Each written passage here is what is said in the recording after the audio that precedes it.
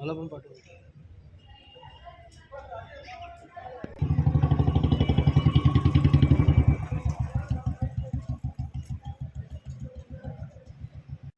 Khadakpada police station कल्याण पश्चिम येथे आज एक गुन्हा दाखल झालेला आहे। गुन्हा नंबर आहे 459/25 भारतीय न्याय संहिता कलम 74 प्रमाणे। आज सकाळच्या सुमारास एक फिर्यादीने आमच्याकडे फिर्याद दिली की त्यांच्या घरामध्ये एका पुरुषाने प्रवेश करून त्यांच्याशी विनयभंग केलेला आहे। ती गुन्हा आम्ही दाखल करून त्वरित आमच्या तपास अधिकारी आहे खडकपाडा पोलीस स्टेशनचे अधिकारी वरिष्ठ पोलीस निरीक्षक श्री वाघमोडे साहेब यांच्या मार्गदर्शनाखाली तपास सुरू केला आणि तिथे अमित पवार नावाचे PSI आहे आमचे।